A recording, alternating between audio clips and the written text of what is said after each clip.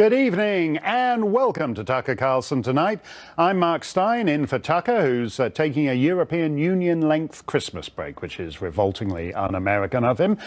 Today was the deadline for the Department of Justice to turn over requested information about anti-Trump text messages to the Senate Judiciary Committee. The text messages were sent by former Robert Mueller team member Peter Strzok and are a powerful sign that Mueller's probe and other FBI investigations could be tainted by political bias.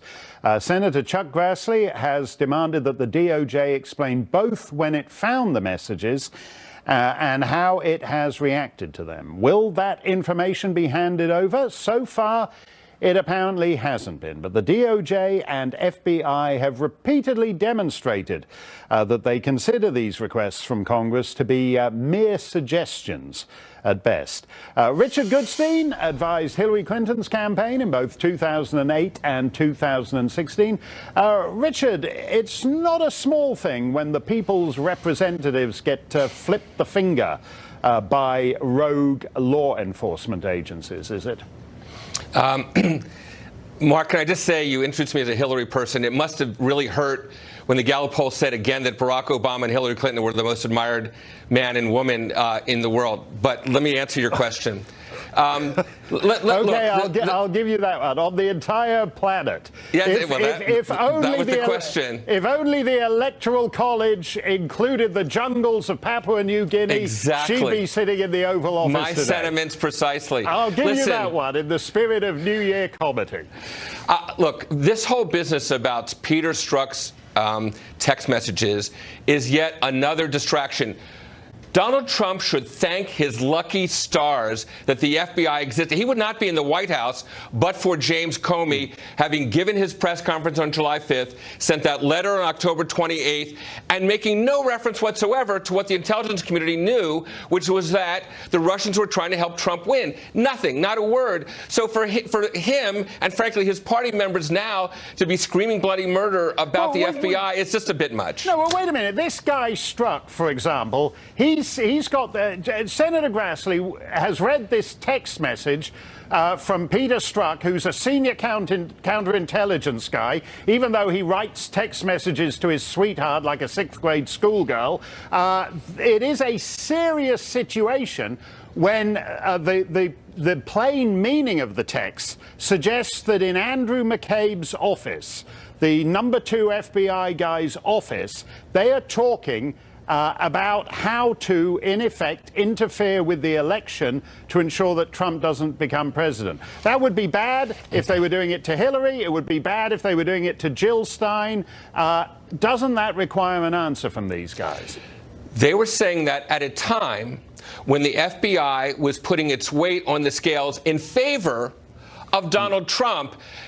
Seriously, this is perverse. I understand, again, the walls are kind of closing in on Donald Trump with the Flynn plea, with the Papadopoulos plea. No. And seriously, look, Mark, I would say this. You know who said really bad things about Donald Trump?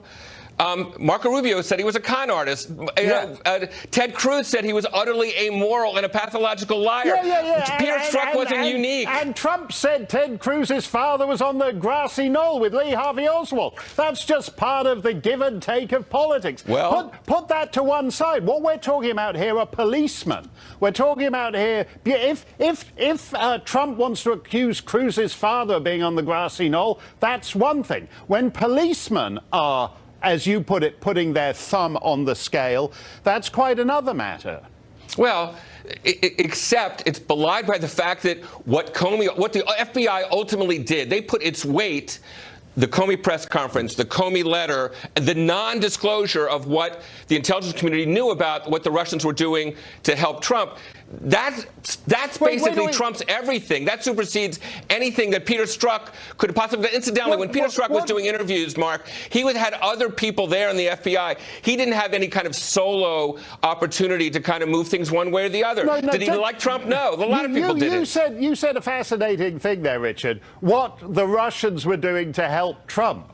What were they doing? I'll tell you, 4 things, keep in mind. Yeah. They said to Donald Trump Jr., we can help you. Donald Trump Jr. said, love it, let's see it. And then guess what? The Russians did help through WikiLeaks, and Donald Trump 100 times during the campaign made reference to WikiLeaks and urged them to do more, to basically steal from Hillary Clinton's computer. And then, of course, all the people in the Trump orbit lied about it. Nobody had to steal from any Democrats. John Podesta's password was password with a 0 for where the O should be. So John Podesta and Hillary Clinton might as well have left their emails on top of a payphone in Grand Central Station. You don't have to steal them.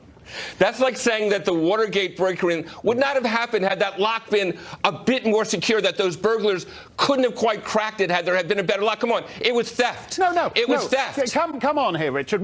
We hear this thing, they may have hacked into voting machines. You can't hack into something that isn't connected to the internet. That's like hacking into a cinnamon bun. You can't do it. I totally agree that we right now don't have evidence about the voting machines. But here's what we do have evidence of. We know that there's some crackpot from North Carolina came up to Washington, D.C. with a rifle because there was some loony thing that was put out by the Russians about a child slavery ring in a pizza place, and he was prepared to shoot people. You think people might be prepared to vote differently? This guy was prepared to shoot people because of what he read on the internet. Come on, we had a Bernie Sanders guy shooting up the congressional baseball-playing Republicans. We have that's not on Bernie Sanders. Bernie is one of my neighbors in northern New England, and I think he's a kook, but I don't think he incentivizes people to murder. You can't make that connection. You're downplaying the significance of what was put out on the internet by the Russians, okay? I'm saying the point I made was Exhibit A. That was something that was specifically done by the Russians, and a guy was prepared to travel hundreds of miles to shoot people. That suggests to me that somebody may be able to have their vote influenced. That's all. Well, that's interesting to hear from campaign officials, because if that guy Putin can swing an election for $100 grand, you guys are out of business, Richard, because nobody needs to pay millions to the big fancy pants consultants when $100 grand to some guy in Moscow can swing the election for you. Let me just, two things, Mark. We will see when the Podesta emails came out an hour after Access Hollywood. Was that a coincidence, or was there some collaboration? And we will see when all these swing voters in Michigan, Wisconsin, and Pennsylvania were targeted by Russians. Was that all done by Russians, or were there any Americans that were involved? Those are the questions that Mueller, I bet, will get to the bottom of, and I don't think the answer will reflect well on the Trump campaign. As I said, Richard, that the whole consultant industrial complex has gone up in smoke if some rinky-dink Ruski over in Moscow could just swing it for you. It isn't just text messages hurting the legitimacy of Mueller's investigation, of course. The FBI's infamous reliance on the Trump dossier is doing a good job as well. Republican Congressman Ron DeSantis of Florida says that use of the dossier undermines the basic legitimacy of the FBI's warrant to investigate the Trump campaign following last year's election. And Congressman DeSantis joins us now. This is a very interesting legal point you made. If this dossier was the pretext for the entire investigation, it's a kind of almost absurd fruits of the poisonous tree thing, in that it's not a legitimate pretext for an investigation. Is that correct? Yeah, and just think about where this dossier came from. This was paid for by Hillary Clinton, the Democratic Party. They paid millions of dollars to Perkins Cole law firm, who then laundered it to Fusion GPS. So you have Fusion GPS producing this thing. I think Christopher Steele was more of a cover to make it look like an intelligence product. But to this day, the FBI can't verify anything in it other than one person associated with Trump traveled to Russia at some point. So this stuff is bogus, it's fake news, and you expect that kind of stuff to be generated in the course of a political campaign. But if that is presented to the FBI and then they're taking that unverified dossier and launching a federal counterintelligence investigation without anything more, to me, that raises some serious questions. And was it Peter Strzok who was involved. Remember, the key text message was he was in Andrew McCabe's office, and they were talking about, Lisa Page said, oh, Donald Trump can't win. And Strzok says, you know, I don't think the FBI can take that risk. We need an insurance policy basically against Trump's election. So the question is, was that dossier and the subsequent investigation and surveillance the insurance policy he referenced in those text messages? And what you're saying here is that it comes before a FISA judge who isn't an expert in intelligence matters, but it's got the FBI imprimatur. It's kind of got an MI6 imprimatur because the spook appears to have credentials. And in a sense, it would appear to be a plausible document if laid before a judge. Is that correct? Well, that's the question. You know, we've asked the Department of Justice, the FBI, to give us the information about how the dossier got in their possession. Did they pay for the dossier, and how did they use the dossier? Did they use it as the basis to get these FISA warrants? And they've basically refused to answer those questions. This is going to come to a head because I think you're going to see a contempt of Congress if they don't produce this to the Intelligence Committee. But that's the question. And here's the thing, Mark. If the answer to all those questions was no, then they would just say no. The fact that they haven't, to me, raises some serious questions. Well, you've said that they've been looking at this thing for a year and a half now, and Christopher Steele cooked it up in a few weeks.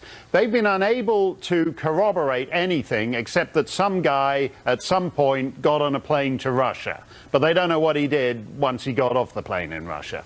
How many more months or years do they need to supposedly attempt to corroborate this nonsense? Look, I think it's time to put up or shut up. This whole thing started, obviously after Strzok and these guys started the counterintelligence. When Mueller got appointed, I think Rosenstein made a big mistake because what he was doing was he was superimposing a criminal prosecutor on top of a counterintelligence investigation. Right. And how good of an investigation that was, obviously, there's a lot of concern about that. But there's never been a crime identified here. You can believe that Russia tried to hack different people's email accounts, but that doesn't mean that there was a criminal conspiracy with Trump's campaign, and there's never been information provided to substantiate that. So I think if he can't answer that question, then I think we need to move on. I think you are going to see the committees in Congress move on, and I think the result is going to be no collusion. Yeah, that makes a lot of sense, Congressman. Thanks for that. More liberals are turning on Hillary Clinton. We'll discuss a liberal magazine that is begging her not to run again next. And we'll show you President Obama's attack on the power of social media. All that coming next.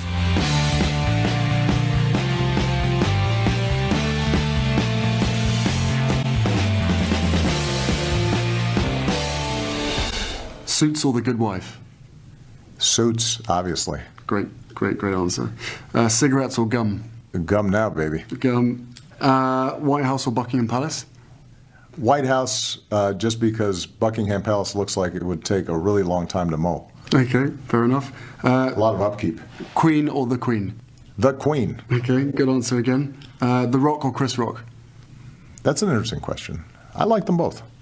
Slip and slide or electric slide? Electric slide. That's my generation. Fantastic answer. And lastly, your last $5, buy a burger or buy a lottery ticket? It depends on how good the burger is. Wow, there's a guest host. As a matter of interest, Prince Harry and I are identical twins, separated at birth. Hard-hitting topics there. President Obama giving his first sit-down interview since leaving office. The former president giving that interview to His Royal Highness. Obama spoke quite a bit about himself, but he also took an indirect yet very clear shot at President Trump, blasting leaders, he says, are warping public discourse via social media. The question, I think, really has to do with how do we harness this technology in a way that allows a multiplicity of voices, allows a diversity of views, but doesn't lead to a balkanization of our society, but rather continues to promote ways of finding common ground. And all of us in leadership have to find ways in which we can recreate a common space on the internet. Wendy Osefo is an education professor. Wendy, putting aside the idea of a president talking to a prince about how it's the rest of us who are living in danger of living in a bubble, what do you think he was getting at here? Was it a shot at Trump, or was it a more general observation? It was a more general observation. Right now, the current climate, not just in our country, but overseas as well, is one where everything is volatile, and people need to be mindful, especially those in power, of the decisions that they make. And that's what Obama was speaking to, and I think is a poignant point, especially right now. Well, isn't there a danger, though, in world leaders, the establishment, the elite, saying everything would be better if we didn't have balkanized multiple voices? When the internet started, one of the great things it did was it freed people from the default setting of mainstream media, which is surely liberal. That's surely the bubble, isn't it? It's not necessarily the bubble, and I wouldn't say that mainstream media is liberal. That's not true. Look at the network that we're on right here. So again, you know, when we try to make those type of narratives and we try to make those overarching statements, that exactly negates what he's trying to say there. You know, mainstream media, at the end of the day, has a level of responsibility, and our leaders, our elected officials, have a tantamount level of responsibility, and they need to make sure that everything they're doing and the policies that they're set forth is not just one that impacts their own bubble, but impacts all of us as citizens.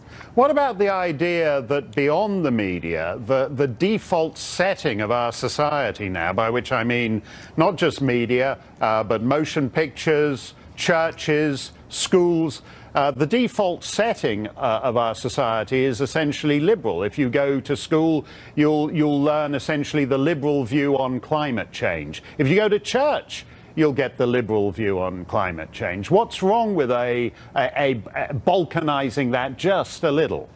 I reject that premise. I don't believe it's the liberal view. I actually think it's the popular view. And that's something that conservatives have to start to accept. It's not necessarily that there's a war against people who are conservative or who have right-leaning ideologies. It's more so that overall, when we look at issues, they tend to lean on the left side. And that's just the truth of the matter. We cannot negate the fact that the popular view often leans to the left. That does not negate, you know, individuals who are conservative by any means. And what's really important here, if I could just underscore this, is that Americans need allies. The United States needs allies. But the volatile behavior of President Trump makes that increasingly more difficult. So we need to start addressing that as well. Well, we'll see who winds up sitting at in the third row at Prince Harry's wedding on that one, Wendy. The magazine Vanity Fair is positively begging Hillary Clinton not to run for president again. Take a look at this.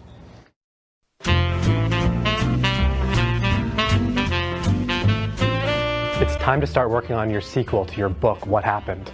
What the hell happened? Get someone on your tech staff to disable autofill on your iPhone so that typing an F doesn't become Form Exploratory Committee for 2020. You know, on Anderson Cooper, you were telling him about alternate nostril breathing. You seem really adept. You should try teaching a class. Take more photos in the woods. How else are you going to meet unsuspecting hikers? Take up a new hobby in the new year. Volunteer work, knitting, improv comedy, literally anything that'll keep you from running again. To finally put away your James Comey voodoo doll. Now, we all know you think that James Comey cost you the election, and he might have, but so did a handful of other things. It's a year later, and time to move on. So cheers to you, Hillary Clinton. Cheers to you, Hillary. Cheers to you, Hillary Clinton. I hope they didn't pay big money for those jokes. Wendy, liberals are going nuts over this. I mean, people are saying it's time to burn copies of Vanity Fair, that so-called progressives have no business telling an accomplished woman that she needs to take up knitting, that's sexist. But you do get the sense, though, that Democrats are moving on from Hillary. Yeah, I think Democrats are moving on from Hillary. I think that the uproar came because we have individuals who ran for presidency like John McCain, like Mitt Romney.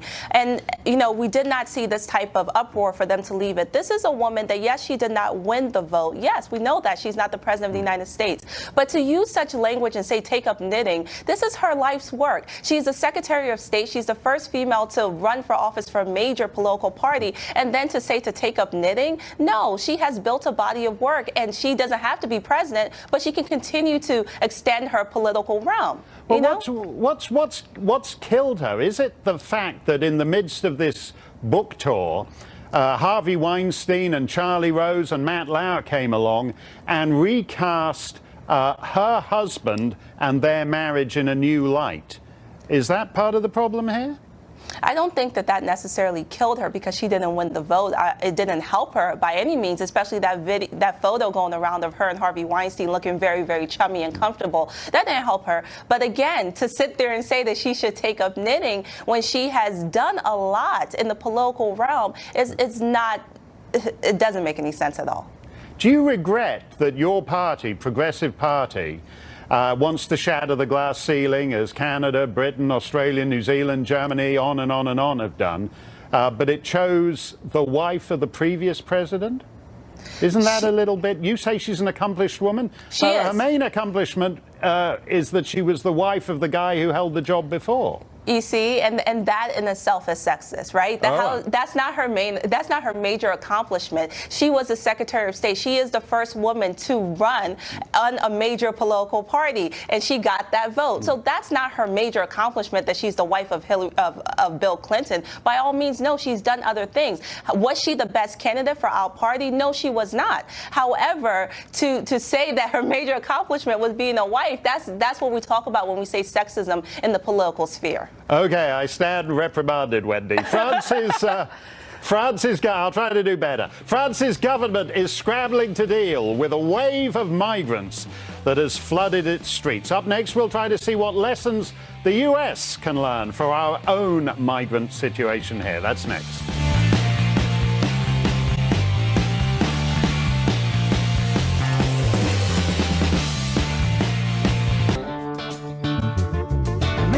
To deal with the country's migrant problem. President Emmanuel Macron ran as a comparative liberal, but he wants homeless migrants off France's streets by year's end. That probably isn't going to happen, so now the French are cracking down. Authorities are ramping up expulsions, checking IDs at emergency shelters, and doing a host of other measures to get migrants out of the country and keep them out. Does France have a lesson for America's own migration issues? David Tafuri is a former State Department official and advised the Obama campaign on foreign policy. David, it's always interesting to see how countries that have reputations as being more liberal and progressive deal with some of these issues. France expels 1 in 5 illegal immigrants. If Trump did that, he would literally be Hitler, even more literally Hitler than he already literally is, wouldn't he? 1 in 5 illegal immigrants get expelled from France. Well, I wouldn't agree with that characterization, but you're right. Macron is doing some interesting things with respect to migration policy in France, and these are things that France needs to do. Here's some of the things it's doing. As you mentioned, it's getting some of the migrants off the streets, but it's trying to get some of them into shelters. It is also setting up centers in Africa for those who are asylum seekers to be identified and observed and chosen from Africa so that they know before they go to France whether they're going to get asylum or not. That's also very important for limiting those who are going to go expecting to get asylum and not get asylum. But one of the most important things that Macron is doing is he's distinguishing between economic migrants and political asylum seekers, or those who are refugees that meet the standard for refugee, meaning they have a well-founded fear or of death or injury if they're returned to their country of origin. And he's accepting asylum seekers, true refugees, and he said France is still open for refugees, whereas economic migrants he's trying to discourage from coming to France. And that's something that we can learn as well. It's something we should be doing, but President Trump has not made that distinction in his policy thus far. Well, no, because everyone knows that the refugee system and that status of a genuine fear of persecution is abused routinely in the immigration systems of the West. France is, if you go to Paris, for example, and you can go a couple of blocks from the best hotels, the Georges V or the Plaza Athénée, and you would think you were in a country and a city that has fallen apart. A beautiful city with streets piled with trash. The jungle camp at Calais that they shut down has basically moved to the capital city now. Is this not a warning of what happens when essentially you have let anybody who can walk into your country stay in your country? Well, that's why Macron is doing some of the things that he's doing. He's trying to make the streets safer. He's also trying to make it safer for some of these migrants by moving them off the streets and moving them into shelters. But I want to go back to one other characterization you mentioned, which I don't agree with. Asylum seekers in the U.S. are not problematic. Actually, the refugees who have come to the U.S. and have been resettled here as refugees have not engaged in crime. Their crime rate is less than the average American, and they've not engaged in terrorism. None of the major terrorist attacks. Well, hold on a second. None of the major terrorist attacks in the U.S. have been due to refugees. They're from people who came to the U.S. in other ways. No, what about the Somalis in Minnesota, for example, who go back to Somalia? They supposedly here because it's unsafe for them to go back to Somalia, but they fly back to Somalia, strap on the old suicide belt, and your State Department pays to have the 50,000 fragments of whatever's left of them shipped back for burial in Minnesota. Mark, you got to look at the statistics. I mean, you can pull out one, crazy situation, but if you look at the statistics, asylum seekers and refugees in the United States have not engaged in crime and they have not engaged in terrorism. And it's because our asylum process has a very substantial vetting procedure. They're vetted overseas. It takes 2 years for them to go through that vetting process. They're interrogated. They go through questioning and background checks. And by the time they make it here through that difficult process, they normally are law-abiding citizens who contribute to our society. Now, I agree with you, though, that we have to do a better job of limiting those who come from overseas who do engage in terrorist attacks, and there are many who have done that, but they have not come as refugees. They've come through other ways. They've come on visitation visas. They've come on family visas. They've come through other means, and those are the ones that we should be more focused upon. Well, what's the answer to that? Because if you look at the situation of Europe to Africa, it's actually more severe than North America to South America. Because if you look at the differential in birth rates, a very tiny proportion of the population of Africa, countries where people have 6, 7 children, and they can't support the present population, the incentive to just get on a boat and, as Tucker showed on this show a couple of months ago, just arrive on a beach in Spain where all the nice continentals are sunbathing topless and walk into Europe. What's to prevent people from just walking into the developed world and overwhelming it? I've read some of your articles on the aging statistics that you mentioned, and they are very interesting and thoughtful. And I think you make some good points there. One of the ways, though, we stop migration from Africa to Europe, as you mentioned, is to set up these centers in Africa. So there are staging centers there where people can apply, and they'll know whether they're going to be given refugee status or not. But ultimately, we also have to do more to turn these countries that are becoming failed states into more stable, prosperous countries, so people do not want to leave them. That's going to take a lot more engagement by Europe. Europe is not doing enough in Africa to stabilize these countries. Europe used to do enough, and it's called colonialism and imperialism. And it's actually very hard, isn't it, to do it at one remove by just giving money to international aid and development things. Well, that's not just what I'm talking about. And obviously, there's something in between colonialism and zero engagement. We have to be engaged. We have to be promoting democracy. We have to be promoting economic prosperity. And we have to make these countries safe and prosperous and stable so the people stay there and they don't seek illegal migration. Thanks for coming on, David. We'll try and find where that sweet spot is. Cash is as old as civilization, but has technology made it obsolete? Up next, Tucker's back to talk to an economist who says it's time for an all-electronic economy. That's next.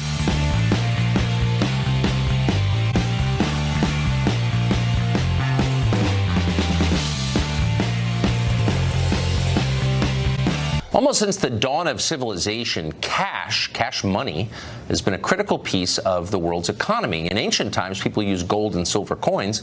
Today, paper money remains the single most popular way to make transactions in this country. But should it be? Some economists say day-to-day shopping can easily be done electronically, while the continued use of cash hurts the economy and may even cause crime. Kenneth Rogoff is a Harvard professor, a former chief economist at the International Monetary Fund, a famous chess player. He says it's time to move forward toward a cashless society. Professor Rogoff joins us tonight. Professor, thanks for coming on. Thank you for having me. So I've heard this argument before, and I understand and I take seriously the inefficiencies of cash and the possibilities for crime, transnational crime, it avails to criminals. I get all that. But there's also the suspicion that a lot of us have that eliminating it would just increase government power, maybe to a point that's dangerous. Is that a concern for you? Absolutely. So I actually don't favor getting rid of cash. I favor getting rid of large bills like the 50 and the 100 and similar around the world. I think if you look at the use of cash, actually, by quantity of transactions, it's nowhere near the most popular. It's fallen out. It's behind for purchases over, $50. It's behind, debit cards, credit cards, electronic payments. But for small payments, it's very convenient. And of course, sometimes somebody wants to do something for $5,000, even $100,000. They don't want anyone to know. But you can carry a suitcase of $10 bills, a briefcase of $10 bills at $100,000. 20 pounds, if you have to do that once in a while. We shouldn't go cashless, but I do think if you look at the declining use of cash and the rising printing of these big bills, we ought to realize it's for tax evasion. That's much bigger than crime. And if you can cut back on tax evasion, you could, for example, lower tax rates. So you do acknowledge, though, it sounds like you are acknowledging that people have an inherent instinct, a desire for privacy. They don't necessarily want anybody, whether it's a bank or the Treasury Department, tracking what they're doing with their money. And that's okay, you think? Yeah, well, okay, there's a big difference between somebody doing a wholesale business where they're doing $50,000, $100,000 in transactions every week, and they don't want the government to know, and somebody who's doing something on a much smaller scale. And I think these wholesale transactions are facilitated by these big bills, big drug kingpins, tax evasion is a huge thing. So I just think we need to recalibrate it a little bit, not so much eliminate it. Are you worried about the vulnerabilities of a digital system? We're moving in that direction anyway. But I mean, the beauty of cash is it's tangible. You can hide it under your bed. No one can hack a $100 bill. Are you concerned about that? Well, I'm very concerned about cybersecurity. On the other hand, I think if we have a problem, hanging on to the rump of cash that we have left in our system's not going to save us. We need to protect ourselves. But yeah, that's, if you have a big storm that knocks out the power system, God forbid an EMP blast or something, it's very useful to have some rump of cash left there. Although, people have been very inventive when that's happened in the past with checks, IOUs, and other things. But no, we don't want to get rid of cash completely. But I do think if you look at what the government's printing, there's almost pushing over $4,500 for every man, woman, and child in the United States. And there are lots of surveys. Even if you take the part that's out of the country, the average person's holding maybe a couple hundred, $200-300, counting in their house, counting in their car. They're not holding $4,500, much less their kids. No, they're not. Quickly, what do you make of Bitcoin? Where does that fall in the spectrum? Well, I mean, Bitcoin's great innovation, but the part of it that's anonymous, eventually the government has to apply anti-money laundering rules, tax rules, and other things. I mean, the government can't just look the other way and let people do giant transactions, transnational, national, and not care about it. It's going to get regulated. I think the long run, Bitcoin's great technology, but it's more likely to look like MySpace that lost out to Facebook than it is to look like the next big thing. Right, because it is a threat to the government in the end, and you never win threatening the government. In the currency game, the government makes the rules. So this idea that you can invent a currency that wins out, it's nonsense. It won't. But it's a great technology. It has great uses. I love the idea of it, though. Professor, thanks a lot for coming on. That was interesting. Thank you very much for having me. The Winter Olympics are quickly approaching, and this year we may be seeing some transgender athletes competing. Will they have an unfair advantage? We'll talk to a transgender athlete next on Tucker Carlson Tonight.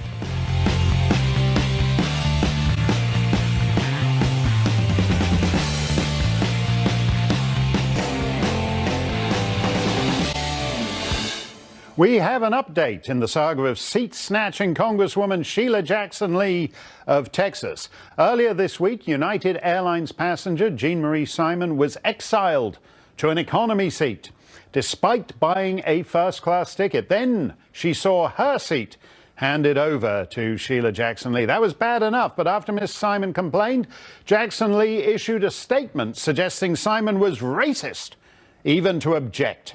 Needless to say, that's not true at all. It turns out Miss Simon is a human rights activist who spent much of her life campaigning on behalf of poor Guatemalans. Sheila Jackson Lee, meanwhile, has spent her life campaigning for re-election, playing the race card, and becoming a notoriously unpleasant airline passenger in the process. Who would you side with? The 2018 Winter Olympics in South Korea are just about a month away, and if any transgender athletes seek to compete, they'll be welcomed with open arms. IOC rules allow for transgender athletes to compete as their preferred gender. A biological male winning a gold medal in a women's event now seems a matter of when, not if. Joanna Harper is transgendered and an athlete, and argues that transgender competitors don't enjoy any advantage. Joanna, there are a lot of people who in this age of gender fluidity take a relaxed view of it and accept that you can choose which bathroom to use and all that. But that when it comes to sport, when it comes to who's the fastest, who's the strongest, when you're running around a 400-meter track, that basically, from gender fluidity, we're back to two biological sexes in which those who are born male have a distinct advantage. Where are they going wrong on that? Well, first of all, biology is actually quite complex. And so to suggest that that biology is dimorphic is incorrect. But it is certainly true that people who have gone through male puberty especially do have substantial advantages. And to be clear, the IOC rules say that transgender women can only compete in women's sports after they have gone through a year of low testosterone due to hormone therapy. And that actually changes many biological characteristics, and especially those characteristics that are important for sport. But and the second thing I'd like to say is that I've always admitted that transgender women have advantages over cisgender or typical women, but also disadvantages too. And the important question is, can the two groups compete against one another equitably and meaningfully? Well, let's look at the tests and the testing that you mentioned. where they say you have to, and maybe you can actually explain this in layman's terms. You're a scientist, you understand a lot of this, but lowering testosterone. And I think the thing is you have to have your testosterone levels below 10 nanomoles per liter. And if I think about it carefully enough, I can remember what a nanomole was from my school days, if one drops from the ceiling on my head. But 10 nanomoles per liter, as I understand it, something like 90% of female athletes, their testosterone levels are around 3 nanomoles per liter. So in other words, this upper limit is 3 times what would be typical in a female athlete. So it seems like a kind of arbitrary setting unrelated to the realities of the situation. Well, I actually agree with you there. And in fact, I am part of a committee that has recently recommended that we lower that limit from 10 to 5. And it's important to understand that that's a limit. The vast majority of transgender women will keep their testosterone below 3 and in fact below 2 and usually below 1 nanomole. Right. So this is an upper limit, but I absolutely agree. 10 is too high, and our committee has recommended bringing it down to 5. You mentioned that it's not like a binary boy-girl thing. There was I think she was a South African athlete who competed in the Olympics and the Commonwealth Games a couple of years back, and her fellow female competitors were convinced that at a certain level she was transgendered, and in fact I think the authorities ended up actually testing her to find out whether she was transgendered because her levels were believed to be extraordinarily high.